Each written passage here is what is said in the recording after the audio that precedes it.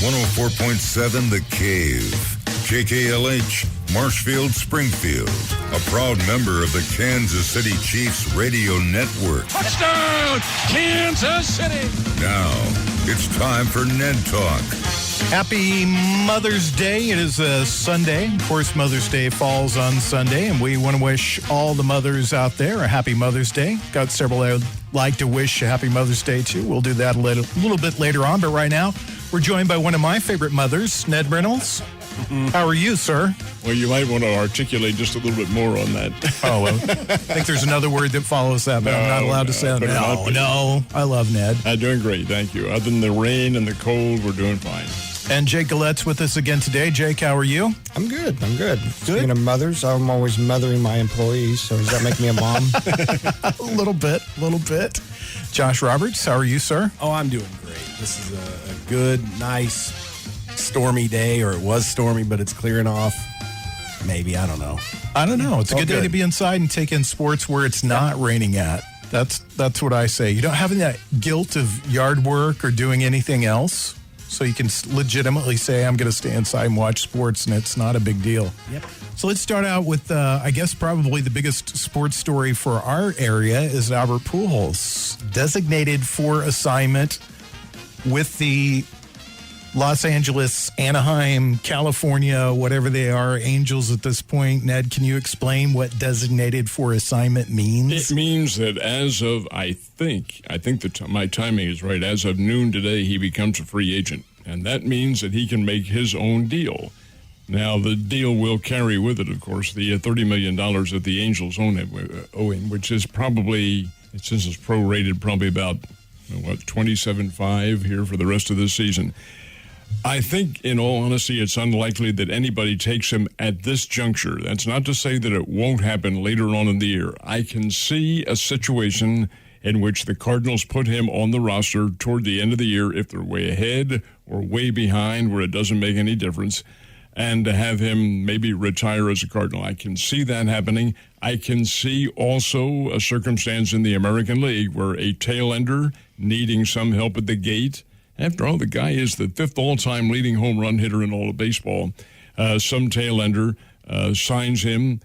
Of course, by signing him, what they can do in a situation like that after the waivers is sign him at the major league minimum, which is $570. Does that sound right? $570,000, somewhere around there. Then the Angels are responsible for the rest of it. So it wouldn't cost anybody, but it would allow him to be in baseball. He wants to join the elite 700 home run club. I just don't think he can do it. How far out away is he right now? He has 667, so he needs 33 more.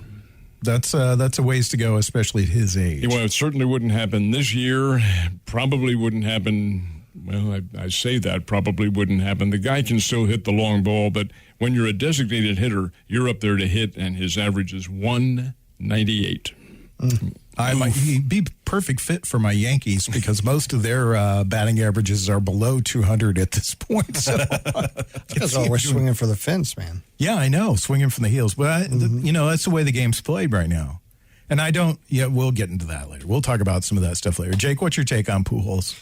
I agree with Ned. I didn't realize when you sent that text out, I immediately started looking at, and I didn't realize how old he was. He doesn't look 41, in my opinion. Jake, I'm glad you brought that up, too, because there is much speculation that he's a hell of a lot older than 41. I get into that in a second. Oh, that's okay. So yeah, I remember that. I remember that controversy when he was fairly young. They were like, well, wait a minute. He's not as young as he says he is. I do. Okay, now you bring that up, I do remember that. But I was like, man, 41, what a heck of a career, too. I couldn't believe it's already been 10 years since he left St. Louis. That was the real mind-blowing. It was like 10 years ago, wow. And then how old is he? Oh, he's 41. Oh, okay, I could see maybe why. Let's see his numbers, and I could see why the Angels did what they did. What do you think, Josh? Oh, I think he should go back to the Cardinals and retire as a Cardinal. I'm not a Cardinal fan, but that organization has always seemed to take good care of their star players, even in the latter parts of their career, and let them play maybe when they were a detriment to the team. But, that's who they are. So it makes perfect sense to me that he ends up... Carpenter! Yeah. It makes perfect sense that he ends up back there to retire as a Cardinal.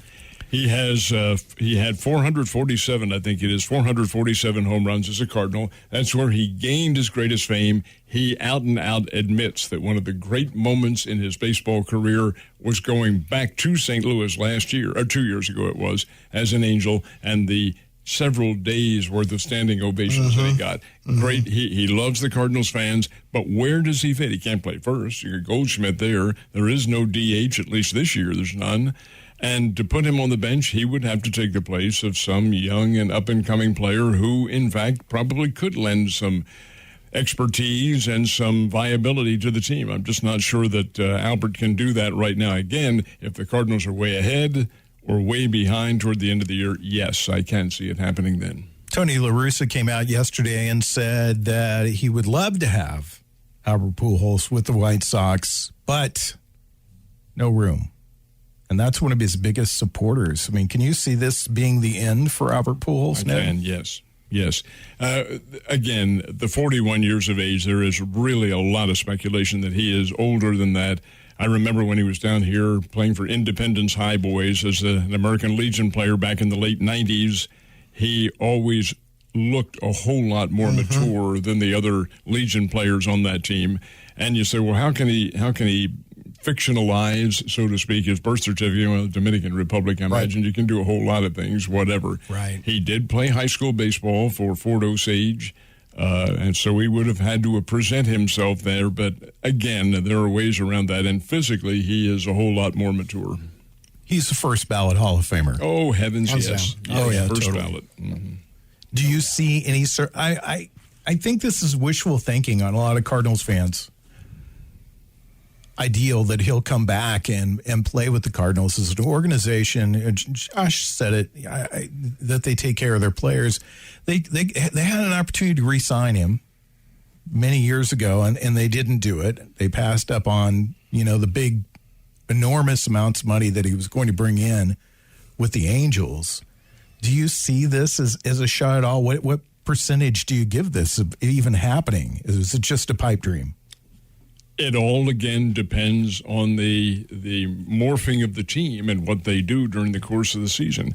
I think if they do well and have room for him and he's not going to be jeopardizing their chances, yeah, I can see him coming back and putting maybe some younger kid maybe in the minors. I can see him coming back. I don't think they can do this for 1 day or 2 days. I just don't think that would work. And I'm not sure that from a contractual standpoint you can do that sort of thing. But from a month or 2 months, somewhere around there, again, depending on their standing, yeah, I think it's a possibility. You're listening to Ned Talk on 104.7 The Cave, your local live sports talk show. We're talking about Albert Pujols, who was designated for assignment this week by the Los Angeles, Anaheim, California, West Coast Angels, and that basically means that he's been released by the club. They're still on the hook for his salary, but he can become a free agent. We became a free agent about 10 minutes ago, and nothing's come across the wire imminent. And my question to you, Ned, and we'll get to Jake and Josh on this in just a second. Your thoughts on, you were saying that maybe somebody later down the road picks up Albert Pujols later in the season. Do you want a guy that's been on the shelf for 2 months? Yep. You do? Sure. He's a name. He's a big name. He's a future Hall of Famer. He is one of the greats. When you take a look at this, and any organization is going to trump his legitimate figures, the fifth all-time leading home run hitter in history, yeah, with Babe Ruth and with Willie. He just passed Willie Mays 2 years ago. With Bonds and Aaron and Ruth and A-Rod and people like that, the fifth all-time, you bet somebody who needs a little hype at the gate could bring him in. Now, he's not going to play. He says he wants to play every day. He can't play every day. He has the foot problems. He isn't quick anymore. Never really was a gazelle. But he does have fairly good hand-eye, although it is for the long ball. If somebody throws it right down the middle, it's gone. He's going to jack it out of the ballpark. But does he have a good eye for picking up all the breaking pitches and off-speed pitches? Not like he used to, no. So basically, you're looking at a totally one-dimensional player who, if you throw him a fastball down the middle, which most major league players can, hit out of the park. You're looking at a very special set of circumstances there. That's exactly what it would take, a special set of circumstances. The Cardinals, one way or the other, way ahead, way behind, an American League team that needs help at the gate. Yeah, I don't think his days are done, but his days of being a contributing player, yes, I do think they are done. Jake, how do you feel that Albert Pujols signs like with the Texas Rangers, who are they're out of it for next season even? So how do you see them? I think it all depends on who needs what. I mean, like Ned said, there is a player out there. There's a team out there that could use Pujols. The top 5 teams I was thinking is Royals being number 1. Mike Matheny's there. He played with Pujols. He coached Pujols. And didn't Pujols go to high school there in Kansas City? Fort Osage, yes. So you have that little draw there. You have the Cardinals. You mentioned the White Sox with Tony La Russa. And then the Oakland Athletics is one that's made some little interest out there. And then the Toronto Blue Jays. It does make sense to him go to the American League because of the DH spot. But I honestly, at this point, you've got to kind of, if you're Albert Pujols, you kind of bring your ego down a little bit and go, I would like to try to reach that 700 club. Can I do that over the next 5 years, just kind of hitting here and there and make it happen? And he needs to maybe not come in and thinking, okay, I'm going to go for a contender team, because maybe that contender team doesn't need him right now, because any contender team basically has their team ready to rock and roll right now, And so that's where I think that he needs to take a step down, realize how old he is, and try to get that 700 club and find a good home. And if it is here in Missouri, whether the Royals or the Cardinals, and that's where he goes. You mentioned 2 teams that definitely could not sign him today, and that's the Royals and the A's. They both would be later in the season where they could pick him up for the $500,000. But, that to me, it's just all very sad. And I think we'll talk about that as one of our roundtable discussions. We already talked about players who stayed too long. Let's talk about ignominious ends to careers. We'll do that as kind of our roundtable discussion. Josh, your thoughts? I think it's more likely that he's going to end up with an American League team, because if he is going to try to stick around to get into the 700 club, it's going to have to be as a DH, because like Ned is saying, he doesn't have the fielding capability that he used to have just because of his age. I mean, it's nothing against the guy. He's had a great career, but yeah, I mean, he's holding on maybe. And I think, Jake, it's very nice for you to think that some professional athlete could let their ego go and take a step back like that. I doubt if that's going to happen. Yeah, let's discuss that for just a second, because Ned and I have been debating back and forth over the last several weeks, because the Cardinals already have a player on their roster that is junk. Well, I was going to try to be nice about it, and it's something we've talked about it every week that we've been on the air for the season. That's Matt Carpenter. It's just not gotten better. And I asked my buddy Michael Vincent, who played professional baseball, I wanted him to kind of break the tie for you and I, because I think that he doesn't get it, and you think that he does. I asked Mike what he thought, and he said, you know what? He thinks he's 1 week away. I wouldn't debate that at all, and I think that's a very legitimate answer on Vincent's part, because in reading some of the subtle little innuendos at the media, and I distrust the media, and I'm one of them. I know you are. He doesn't even trust himself. No, not anymore. But there was a little subtle suggestion the other day that Mozeliak had, quote, put Carpenter on notice, end quote. But that was all that was said. Well, put him on notice for what? Well, obviously, it's put him on notice that you better blank or blank. And you know the expression that is utilized there. Well, he so far has not. He he hit the 2-3 run homers, the worst thing that he could possibly have done, because he now if he ever was going to learn to hit the ball to left field, now it's gone. Never.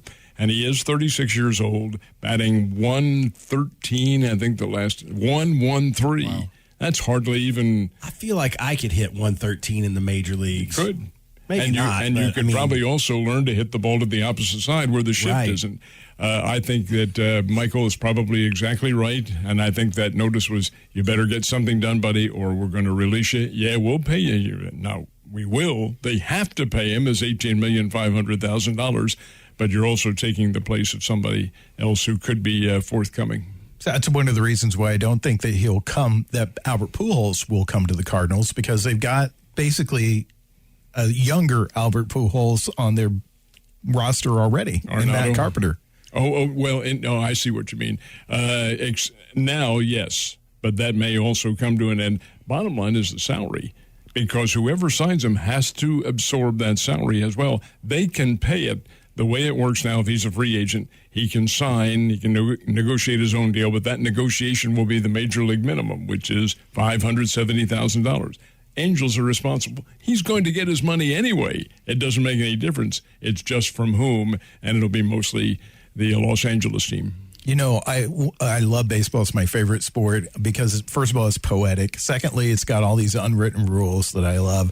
And thirdly, it operates under superstition and myth. Even with all the analytics that are used in baseball today, there's still this superstition and myth that surrounds the game. And Michael and I were talking about it. One of the things that his coaches would say, and I hear so much when I listen to analysts do baseball games, and that is, watch out. When the weather gets warm, this guy will get hot. Like, the change in temperature will do something for a player. Right. Okay, Ned's going to do it necessarily for the player. It does it for the baseball. We did a game Tuesday night of this week, the Springfield Cardinals opener, and it's going to be the same thing tonight, too. It was cold, very cold. I saw three shots that died at the wall. In June, July, August, ball's gone. It's a home run. It flies differently in warmer weather. That's what they're talking about. It isn't necessarily the individual warming up, although that does help. Mm-hmm. I'm cold all the time. But it does affect the trajectory of the baseball, and yes, I can see that happening. Okay. Ned's buying into the myth. No, it's not a myth. I think it is, because, you know, the humidity seems like it would kill the ball. A ball flies a whole lot farther in warmer weather. And in lighter weather, yes, with a limited humidity, but humidity doesn't dampen it the way you might think it would. I think Pujols needs to sign with the Rockies. Well, yeah. Oh, there you go. There you go. Yeah. And who knows? The trouble is the Rockies are a National League team, and he'd have to play. He couldn't sit around and be a DH on that team. You call him off the bench as a pinch hitter, but you're still commanding a lot of money to be doing that. Well, it'll be interesting to see what happens. As we said, so far nobody's jumped and bit right away, and I think that's to be expected a little bit. But if something changes during the course of the day, we'll keep you updated.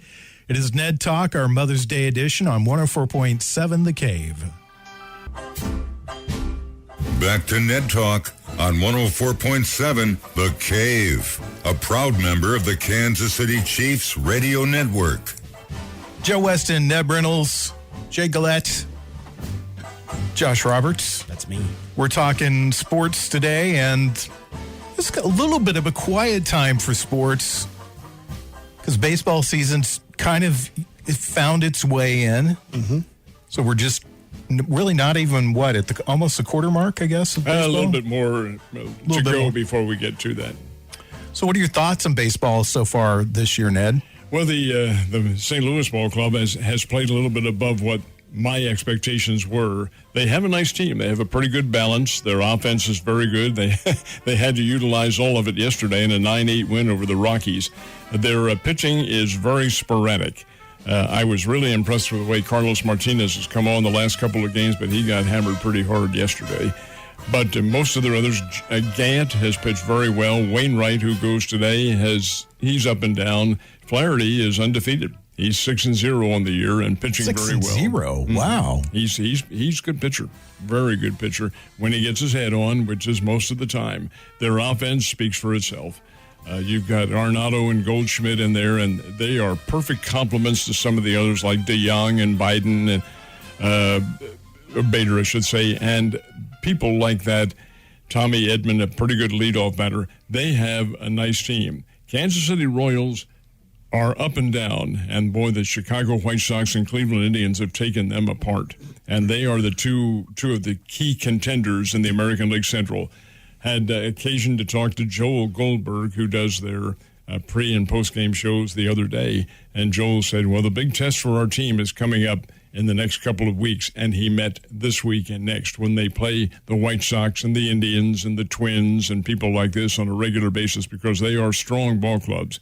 Kansas City's come faltering. No, I take that back. Not faltering. They've come falling back into the pack now after having gotten off to a great start. So from that standpoint, I think probably pretty good. Both teams are capable. It's going to take a lot of playing and a lot of concentration on their parts, but I do like both the Missouri ball clubs the way they're playing. The Springfield Cardinals have gotten off to a really shaky start. They're 1-4 going into their game tonight. How the crowd's been at the Cardinal games? The Springfield Cardinals have drawn very well. Now they're limiting. It's only 2,500 who can get in there, but the crowds have all been over 2,000, and that's very good considering we haven't had the greatest of weather, and that will certainly be the case tonight as well. Jake, you text me on the way in, say, what are we going to talk about today? And I said, I'm open to suggestions, and you mentioned pitching. Yeah, I think I brought it up a couple weeks ago where, like in college basketball, the NBA, the new shot's the three-point shot. It's the most splashy, flashy. Yep. Look what Curry did last night, 49 points in three quarters. That's all he does, shoot 3 points. But he's shooting them from 35, 37 feet. So in baseball, these pitchers are doing their job. But the thing is that the hitters are swinging for the fences, every single one of them. It used to be where you would sit, and I remember playing softball, you knew your guys, you knew exactly where you put them in the lineup so that you knew what you were going to get the best out of your team. Well, when everybody's up there just trying to hit home runs, it gets kind of tiresome. It makes the pitchers look better because if everybody's trying to jack them yard, you have some no-hitters going on or some some shutouts. But then, again, you got guys just swinging for the fences and their stats are low. I mean, like what you said, what Matt Carpenter's 113, that's crazy. It blows me away. I'm glad you said that, Jake, because this is something we've taken up here for the last couple of years. I do not love the strategy. Mr. Manfred, the commissioner of baseball, came up with a suggestion the other day, and he said they want to move the rubber back by 1 foot. So from 60 feet 6 inches, it would be 61 feet 6 inches. That is balderdash. What you need, it's because the strikeouts are so high. Mm-hmm. Strikeouts are high because the batters are going for the fence. Yep, Teach true. them to play, hit contact the way it should be. Look at the averages. Good Lord. Some of these averages are ridiculous. The 113, the 198 by Pujols. Where is your hitting for contact? Getting on base, setting the stage for your sluggers. That's how you play the game, and it's all going to hell. I don't like it. Don't like it at all. There's no great hitters in baseball right now. There's nobody that you can point to and go, that guy is a great hitter. Tony Gwynn, a Rod Carew, people like this. Come on. A lot of people point to LeMahieu with the Yankees being one of the best hitters in baseball. His average is not great. I mean, it's 285, which is that's good in today's baseball. Right. But you were looking at a lot of guys that were leading the league at 340, 350, 360, the year that George Brett flirted with 400. 390. I mean, yeah, that's an amazing. And then when you figure in their on-base percentage, George Brett was probably on base almost 50% of the time, which I think that's the real judge of the game to me is your on-base percentage. That's what I look at when I look at a player is how often are they getting on base? Yeah, whether they're walking or they're hitting singles. I mean, get on that. Put your team in position to win, and that's getting on base. Make contact. I was happy yesterday because the Yankees played the Nationals, and they won, and Gleyber Torres came up, and he's a guy that swings from his heels, and he probably shouldn't. In fact, I know that he shouldn't, but the Yankees got the bases loaded. All they needed was a hit. The Nationals put in 5 infielders and had 2 outfielders, and he just lifted one over the infield, and that's all it took. That's all it took to win the game. And I thought, well, there you go. You don't have to hit a grand slam in that situation. It's extra innings. You're the home team. You just need a run. And you see so many guys go up there and swing for the fences. Mm-hmm. It's hard to watch. Look at your history and go back to the St. Louis Cardinals in their glory years in the mid-1980s. Whitey ball. What was Whitey ball? Singles, doubles, stolen bases, sacrifice. Do we ever see anybody sacrifice anymore? No. Jeez. Nope. Me first. That's what it is. It's and me first. As a more casual baseball fan than all of you guys, I think home runs are exciting, just like everyone else. But I can even agree with you that there's something lost in baseball when you're not doing that small ball, when you're not getting people on base, because that's what the game is. Like you keep saying, you get people on base, you move them around, you sacrifice them home, or you get that chance to hit a home run, and then it's a 2 or 3 run homer instead of 1. All these solo home runs are not going to win you games. And it's unfortunate that the game has progressed that way, but I feel like that's a product of the marketing of baseball and the desire for the income. Home run hitters are the big stars. They have been for years. And so from the pitching standpoint, there's an opportunity for these pitchers to become bigger stars too, because if they're striking out 15 or 16 in a game because everyone's swinging for the fences, suddenly people are going to know their name.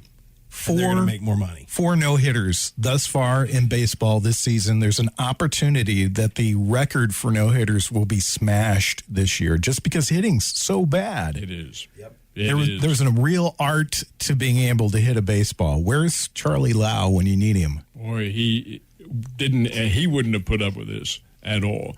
Back in, we're going way, way back into history now, there was a big, not necessarily debate, but a controversy. The great Ty Cobb played in the same era at the end of his career with Babe Ruth. Yeah. They intersected their careers, and Cobb could not stand Ruth. Yep. Why? Because Babe Ruth was bringing home runs to the game, and Cobb was a scientific, pure, high average hitter. Well, I think Cobb probably retired at about 1927, 28, 29, somewhere. And I don't know the date, but that's when Ruth was in his heyday. Well, they did get together. They didn't dislike each other as human beings. They disliked each other as in the approach to the game. But neither could absorb what the other one did. Ruth, of course, brought home runs into the fore. Jimmy Fox, Al Simmons, some of these great, Lou Gehrig is another one.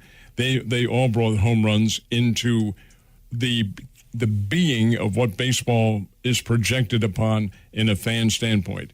What happened now in this era is kind of twofold. What brought Major League Baseball out of the miasma of that 1994 strike was home runs and steroids. Sammy Sosa, Mark McGwire, all the others. I mean, how about Fernando Vina at 5'8" or whatever it was, suddenly hitting 20 and 25 home runs? What on earth? All right, that brought it out.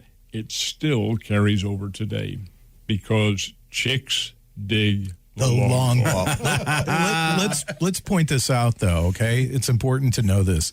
Babe Ruth's lifetime batting average, 342. That's exactly right. And that is some bad years towards the very end when he could not even run. 123 stolen bases. There's guys that are fast in baseball that will not even approach that in their career. His slugging percentage, 690. His on-base percentage, almost 50% of the time he was on base, 474.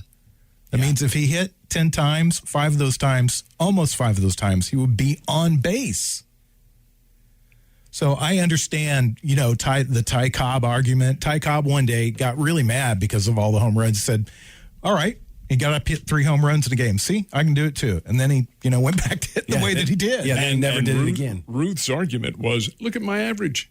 It's right up there with yours. It may not be quite as high, but I'm still batting in the 340s, 350s, and Ruth was a great hitter. Yeah, he was a fantastic hitter. And I think, what we see of him in the grainy photos or of the videos is that we see a potato on toothpicks, doing those little running around the bases to see, but that's not who Babe Ruth was. He was a complete player. I mean, he was, complete all-time player. Trying to pull up Ty Cobb's statistics really quickly. 1928 was the last year that he played. He hit 366, so 24 points above Babe Ruth. And get this, and he retired with a 366 batting average. Yep. Yeah. His on-base percentage, though, lower than Ruth. About 40 points lower than Ruth. And he had 300 fewer RBIs. Stolen bases, though, 897 stolen bases. And talk about a guy that played the game hard. You know, he would sit in the dugout, sharpen his spikes, and say, I'm coming for you, boy. I'm coming down there. And people hated him. Hated Ty Cobb. That's good. That's a good time. That's what sports is about. I love the old stuff. The old, I'm coming after you, blood, guts, putting it all out on the field. Spikes high. Did you know until 1950, players used to leave their gloves on the field? Oh, yeah. Yep, they just throw them down the field and walk off. And then when they went out in the next inning, they just pick it up. And It ended, the Major League Baseball came up with the rules, either 51 or 52, but I remember them very well, leaving their glove out there, sure. That did happen. Finally, Major League Baseball said, and it's a hindrance, no, take them off now. They also used to allow, this is right up until the midway through the 50s, maybe into the 60s, fans to throw trash out on the field, especially when you had an outfield stadium. The old stadiums had the outfield pavilion types. Oh, yeah, kids were throwing orange cups and drinking cups and everything else. Oh, it's a terrible mess. But they allowed that. Now that has stopped. You can't do that. That is good. We'll talk more about sports. Four old guys sitting around talking about the glory days. This is Ned Talk on 104.7 The Cave. Talking about Albert Pujols and his more or less release. He's still picking up a paycheck for the Angels, but we wanted to talk a little bit about ignominious ends, and I think this would go in that category if Albert Pujols' career is over, to be released at the quarter point of the season. Well, in a sense, it would, but that's eventually going to happen to any player who is around, who insists on sticking with his game. And you can understand the egocentrism involved here. After all, that's one of the reasons why we do what we do. The ego is the great driving point of any human being, no matter what sports or broadcasting or whatever the case. If you don't have a lot of confidence in yourself, you aren't going anywhere at all. You're not going to be able to succeed. Well, these guys all have confidence in themselves. Albert still thinks he can play. Is your question designed of who falls into that category? Well, I was trying to think of ones that you go and you look at that and you think, oh, that guy. We talked last week about stayed around too long, but one that it just was like, boom, it's over. Now, right now, this moment, it's over. You're not going to play anymore. You're not going to do anything. You're not going to hang on. It's embarrassing end to your career. A great career. Well, I think the two are synonymous, though. If you have individuals who are called to end their career and others who, for obvious reasons they can't get it done anymore, have been around too long. I think the story of Joe Louis, the world heavyweight champion for, the late 1930s right through the late 1940s, had the longest string of heavyweight championships. He stayed around, retired, then came back, and got decked by Rocky Marciano. And I remember the story about that, too, at the end. The great American sports writer Grantland Rice was covering that fight, and he was devastated because he was a Joe Louis fan. Now, writers and broadcasters aren't supposed to be fans, but we are human beings. And he said he was standing outside Madison Square Garden in New York, getting ready, thinking about how he was going to write the story, and out from the shadows of the locker rooms or whatever comes Joe Louis and his entourage. And he said, Joe, I'm really sorry. He said, no. Don't be sorry for me. I've had a great career. This has to happen. It's part of life. Nope. Don't feel sorry for me at all. Well, if everybody could accept, and they can't because the human being is not of that nature, that level, that philosophical approach to things, it would be great. But it doesn't work that way. Can you think of a player that you rooted for, that you were a fan of, but at the end of their career, you almost had to turn away? Two of them. Okay. Two of them fall into, in my way of thinking, Steve Carlton. Yeah. Because as a Philly, he was virtually unhittable. And he stayed around too long. And the other, Mickey Mantle. Mickey Mantle could not get it done at the end of his career. And he was still young. Heck, he's still in his early 30s when that happened. But he was striking out all the time. His hand-eye apparently was gone. And so, those two really resonate. Jake, anybody come to mind for you? I'm going to go with football. Okay. Watching Brett Favre go to his arch rival, Vikings, And he did okay. Remember, he did okay. And then, they made the playoffs. But to me, I think football, those guys have even bigger egos. They want to, look what Joe Montana did, came from the 49ers to the Chiefs. You got other players that did it, of all people, Randall Cunningham playing for the Cowboys. That still bothers me to this day, But another player that it was an injury related was Bo Jackson, at the pinnacle of his career in both sports. And then to have that injury where he basically that hip dysplasia, had that hip issue with the injury, and he was never the same. And what's cool about him is, what's he doing today? Have you heard any? Like, he's not one of these guys that just goes out. Same thing with Barry Sanders. Like, they just end at a pinnacle, and I'm glad they did. But Bo's was to injury. Barry just said, I'm out. I'm done. Bo lives in Chicago, and I know he does a lot of speaking, a lot of motivational speaking. He was here. We took him in the Missouri Sports Hall of Fame. And I was especially impressed with the way he comported himself when he was down here. That was about, I'm going to guess, 8 or 9, 10 years ago, somewhere around there. He had this problem as a kid, stuttering. Mm-hmm. He overcame it, and spoke very well, and presented himself in a really positive fashion. And I remember asking him specifically, I said, Mr. Jackson, the way you look, what was your weight training? How much did you press? And things like that.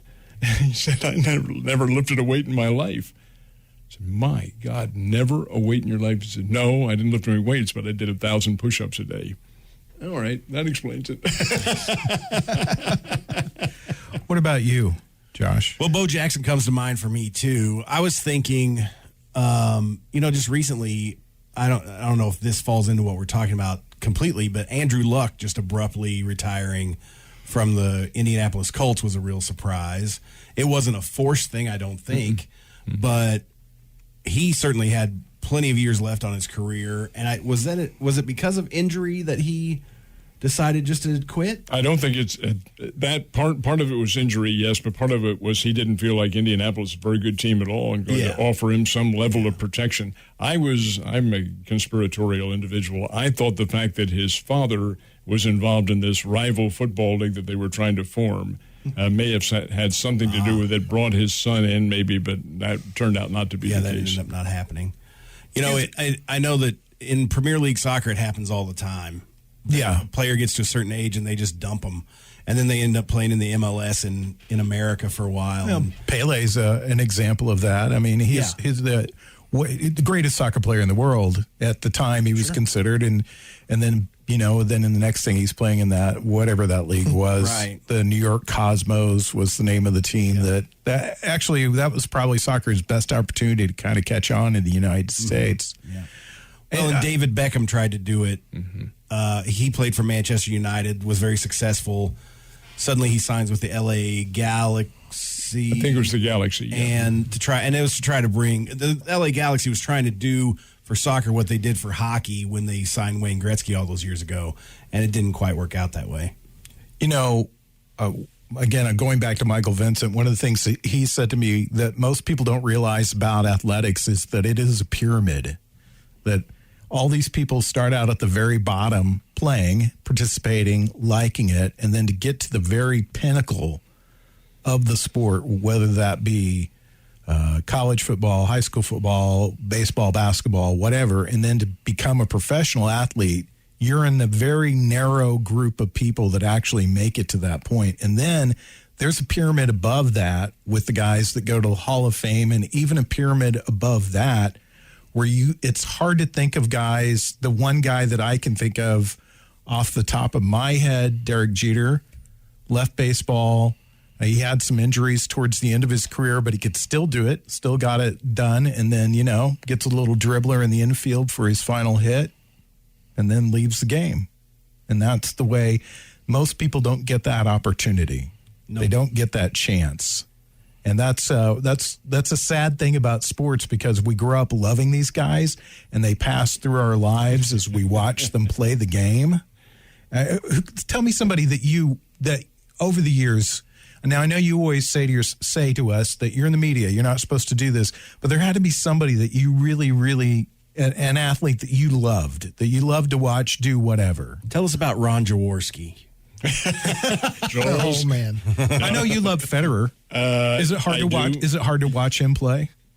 Because his decline has been so very graceful. Yeah. No, it is not.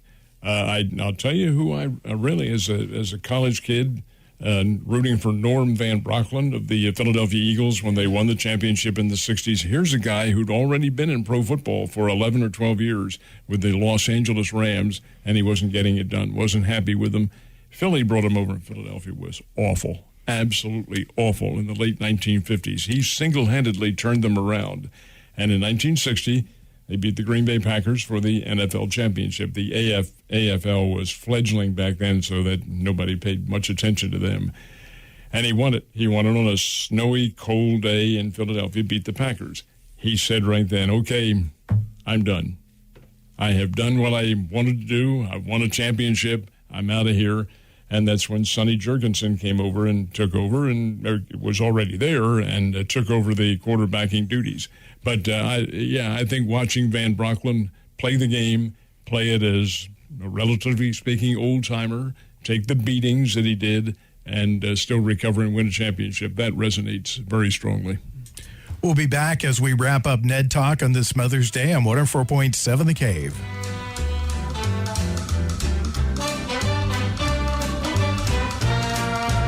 You're listening to Ned Talk on 104.7 The Cave, part of the Kansas City Chiefs Radio Network. A proud member of the Kansas City Chiefs Radio Network. Really quiet in football right now. There was no big stories this week, except the Aaron Rodgers soap opera still going on. That's in the NFL. For us college freaks, there's the FCS playoffs.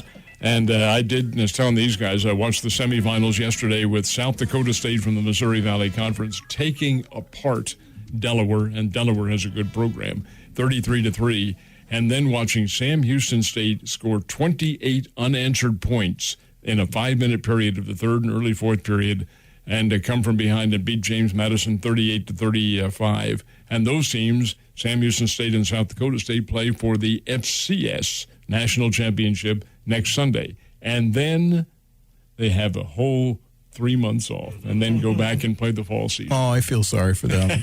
Baseball, you know, they don't take very much time off. Hockey doesn't take any time off at all. Basketball, no time off. So how are you going to wrap up your day, Josh? What are you going to go home and do? You going to watch some soccer, some football? No, it's all over for the day. What happened with the Manchester thing? Bring us up to date on that. Well, I looked that up today, and there's really no new news. I mean, I guess the crowd dispersed after a while, and the owner has said he's not selling the team, so they're still up in arms about it. So who knows?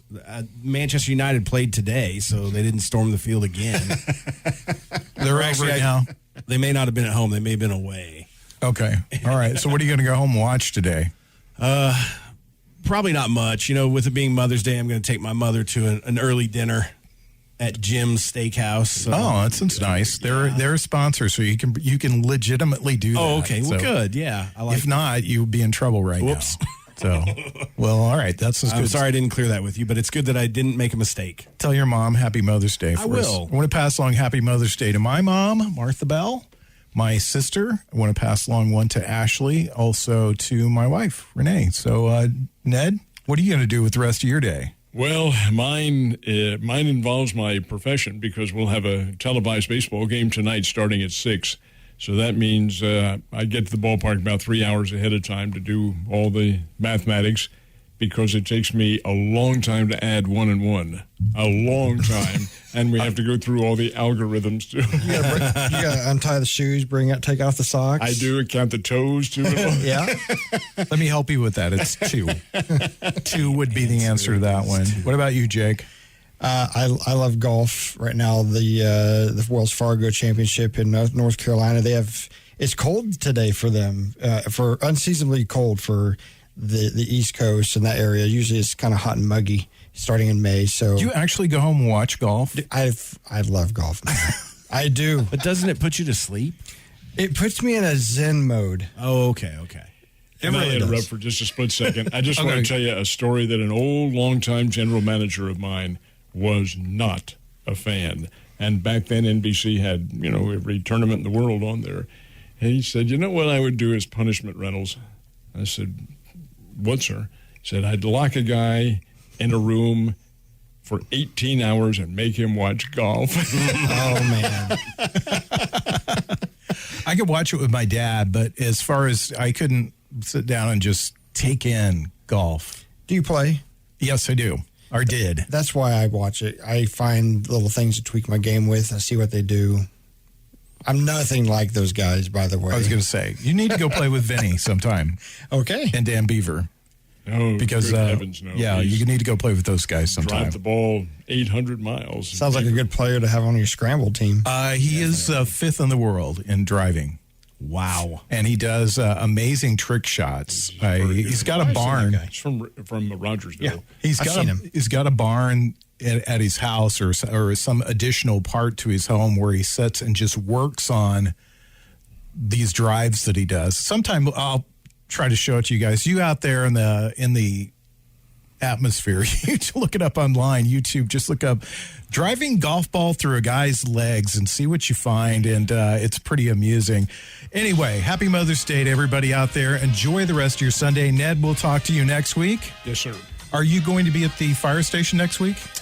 I am not, but I do have plans. So you will not be here next week. Josh, will you be here next week? If you want me, I'm here. Josh is here.